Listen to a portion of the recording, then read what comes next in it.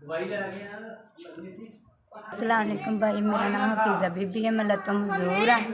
तो तुसी जेड़ा महीने बाद मैनू 10,000 रुपया भेजदे जी, मैनू पहुँच गया है। अल्लाह पाक तुहाडी तंदुरुस्ती दा, जिंदगी दा लम्मी उम्र करे। रब तुहाडी तंदुरुस्ती जिंदगी दा लम्मी उम्र करे, सदा सलामत रवो जे।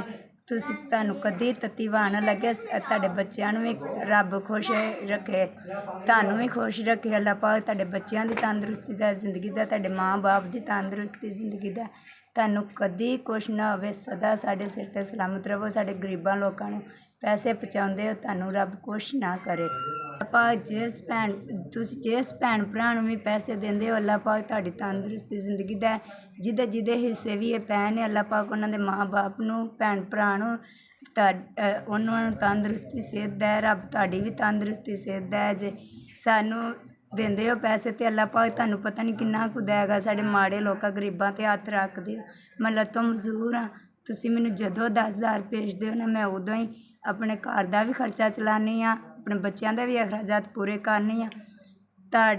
तुसी मैनू भेज देंदे हो 10,000 रुपया, तो मैं अपने तुहाडे सिर ते मैं बैठी हाँ, अपने बच्चों का खर्चा चला लेनी। मैं तुहानू पूरा महीना दुआवां देंदी रहनी, मैं तुहानू याद करदी रहनी। भाजी होनियां नू अल्लाह पाक कदी कुछ ना करे।